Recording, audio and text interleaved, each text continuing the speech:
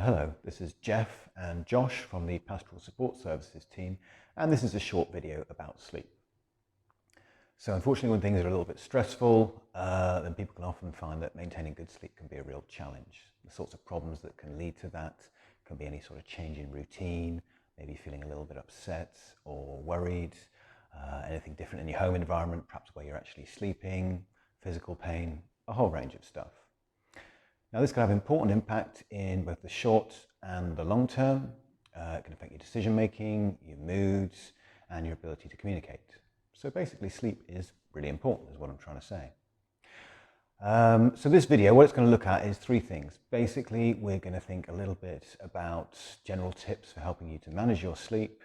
And then we're going to look at what to do if you wake in the middle of the night and you're struggling to get back to sleep. And then finally, there's a section on night shifts and how to manage all the challenges associated with doing that. Now, there's loads of resources on sleep. So at the end of this, there'll be a kind of slide that just sort of summarizes some of these resources you can look at. But one resource in particular that we found helpful is the Headspace app, which has got lots of advice around sleep and techniques to help you do that. And it's now free to download for any NHS staff. It's important that we have the basics in place for sleep. So where we'll start is with some general tips. Now, many of you will be doing lots of this stuff already. And if so, that's fine. These might be some reminders for you. If not, and these are new things to you, then that's really good as well. Where we'll start is with things not to do. Now, I'm guilty of doing some of these things as well myself, as we all are. So I'm wondering whether it might be a good idea to think about whether there are any changes that you might want to make based on some of these things not to do. So the first thing not to do is napping during the day. This can be particularly tempting if you've had a poor night's sleep the day before, but it interferes with our circadian rhythm.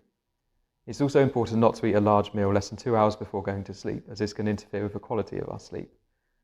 Watching television or using smartphones or tablets immediately before bed can also negatively interfere with our sleep.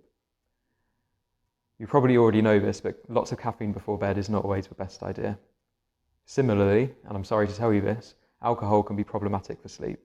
It might help you drift off initially, but it will definitely interfere with the type and the quality of sleep that you end up getting. Now let's shift a bit to a more positive outlook. Here are some of the things that you can do to help. One of the most important things to do is maintain exercise levels. Although the stress of the current situation might feel draining or tire us out anyway, maintaining a decent level of exercise will benefit our sleep. Exercise in the morning has been associated with better sleep, even if right now that feels like a particularly unappealing prospect. In the evening, before going to bed, it can help to do something to wind down. You will all have different versions of what helps you to wind down, but non-stimulating activities such as relaxation or reading might work best. Headspace have some excellent wind-down resources. It's also important to sleep and wake at regular times. Now, because of the various changes to our lives, including working practice or things at home at the moment, this might not be always possible. But where it is possible, try to maintain some sense of regularity. As important as what you do is where you are. Making sure your bedroom is conducive to sleep can make a big difference. Using your bedroom for sleep and sex only can be really helpful, and most importantly, is where you sleep, dark, cool, and quiet.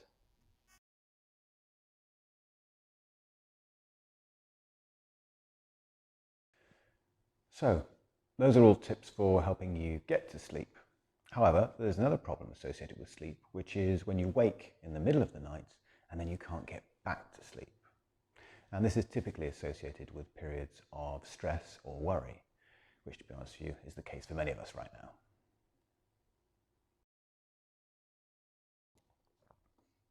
One way of thinking about this can be a snow globe. If we imagine our mind as a bit like a snow globe, with lots of thoughts and indeed emotions swirling around. Now, as soon as we engage with all these thoughts and emotions, then that's a bit like shaking the snow globe. What happens is they just all spin round faster and faster. And falling asleep is a bit like the opposite of this. It's about allowing the snow to settle, just like it does in the globe if you leave it alone. So anytime we find ourselves thinking about our worries or trying to problem solve them, we firstly need to notice that that's happening, and then we need to try and break that pattern. So there are lots of different ways of breaking this pattern. For one thing, if we find ourselves lying in bed for a long period of time without sleeping, well then change it somehow. Sit up, get out of bed. If you need the toilet, go to the toilet. Do something different. And a good kind of rule of thumb is if you've been lying there for, say, 20 minutes, then change it. And what should you do? Well, do something quiet and unexciting. Nothing that's going to shake up that snow globe, if you like. Yeah? So reading something not very interesting, listening to calm music, relaxation techniques. If you turn the light on, keep it as low as possible. If you leave the room, then perhaps make the bed so that when you come back to it, it's like going to bed for the first time. So there's lots of relaxation techniques out there. You can try and relax your body by perhaps gently tensing each muscle group as you kind of work through. So tense it for 5 seconds and then relax it afterwards and work your way through the body. That's one way of relaxing your body. If you want to relax your mind, then perhaps some deep breathing exercises or more general relaxation exercises such as meditations or visualizations. If you want some examples of these techniques, then Headspace can be really helpful. Lots of techniques, and also includes lots of kind of calming music and sort of ambient sounds that can be useful if we're trying to think about getting to sleep. If all that's not working and there's something in particular that you just can't get out of your head, then it might be worth getting up, going over and writing this down on a piece of paper. Okay, so just write down whatever that worry is, or perhaps just write down all the worries you've got. Don't spend too long doing it, just sort of write that and then commit to leaving it. I've done that there, I'm not going to go back to worrying about that for the rest of the night. So the final point I'd like to make, given all this, is all too often when we kind of wake in the middle of the night, we then start worrying about what the next day is going to be like. We might be lying there thinking, oh, I've only had 3 hours sleep, or oh, it's only 2 hours till I've got to get up. And then that worry itself can kind of make it difficult to get to sleep, going round and round the fear of what the next day is going to be like. So, in this situation, it's worth remembering that at least at some point in all of our lives, we've had a terrible night's sleep and then had to do something the next day. And typically, what happens is we've managed it. Certainly not ideal, it may not have gone great, but we've kind of found some sort of way of getting through, if you like. And I think it's really worth holding on to that if you're waking up in the middle of the night and you're worrying about the next day. You've done this before, and quite probably you can do it again. And what you don't want is to start engaging with all those worries, which is kind of going to start shaking that snow globe again. Now, many of us are working differently at the moment, and that might be that we're working on different wards in different places, that we're working in different roles perhaps, or even that we're working different shifts, including night shifts. So if you're new to night shifts, this section of a video might be helpful to you.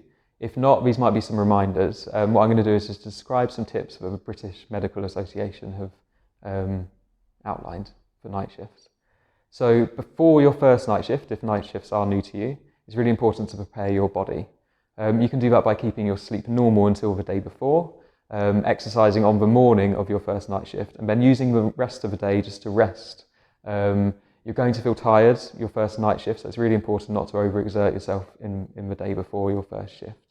Now, while on shift, the BMA recommends maintaining normal eating habits as much as possible. So if you can minimise eating between, say, midnight and 6 a.m, that would be best. Obviously, as little caffeine as possible is really important as well, but it might be that you need a cup of coffee or two to just get you through, especially on the early days of night shifts. Watch out as well for the 4 a.m. dip. You would really need to pay close attention to what it is that you're doing around this time. Now, after a night shift, it's quite important to have a light meal or snack and then get to bed as quickly as you can. Sleeping as soon as you can after a night shift will be really important to you.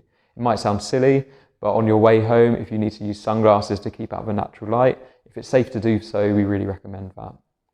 Now, after night shifts have finished and you're returning to your normal sleeping pattern, the best thing to do on the first day after your last night shift is just to have a 1 or 2 hour nap and then treat the rest of the day as normally as possible. Go to sleep as close as possible as you normally would. Let's say you go to bed normally at 10 p.m. As close to that as possible, really good. And I know you'll feel tired that day. You will feel tired for the next couple of days as well. It normally takes about 2 days to get back into your normal sleeping pattern. Now, the BMA have produced a YouTube video which details some of these tips for night shifts. There should be a link popping up in the video now. There's also a link to this video in our description. They've also produced a video and a poster about managing fatigue at work, and a link to that can be found in the description to this video. Now, the last thing to say about night shifts is that we all have a key resource and they're all walking around all around us. Many of our colleagues will have done night shifts, so why not ask them what works for them and what tips they have for you. So in this video, Jeff and I have talked about sleep. We've talked about sleep hygiene tips, managing going back to sleep after waking up, and also managing night shifts. There are plenty of resources available to you. There are links in the description of this video, and at the end of the video we'll also put a slide up which links to the main ones, including Headspace and the British Medical Association resources. There are other videos that you might want to check out on our YouTube channel, including managing emotional distress, parents going home from work, and also some breathing exercise videos there. You can also follow our Twitter account, which is at RUH Pastoral. As always, if you feel like you need to get in touch with us, just call via the EAP number on screen now or send an email over. We're available to do work in flexible hours as well. Finally, thank you very much for all your hard work. It's much appreciated, and everyone in the RUH really pulling together is lovely. Remember to just please pace yourselves, take care and sleep well. Thanks.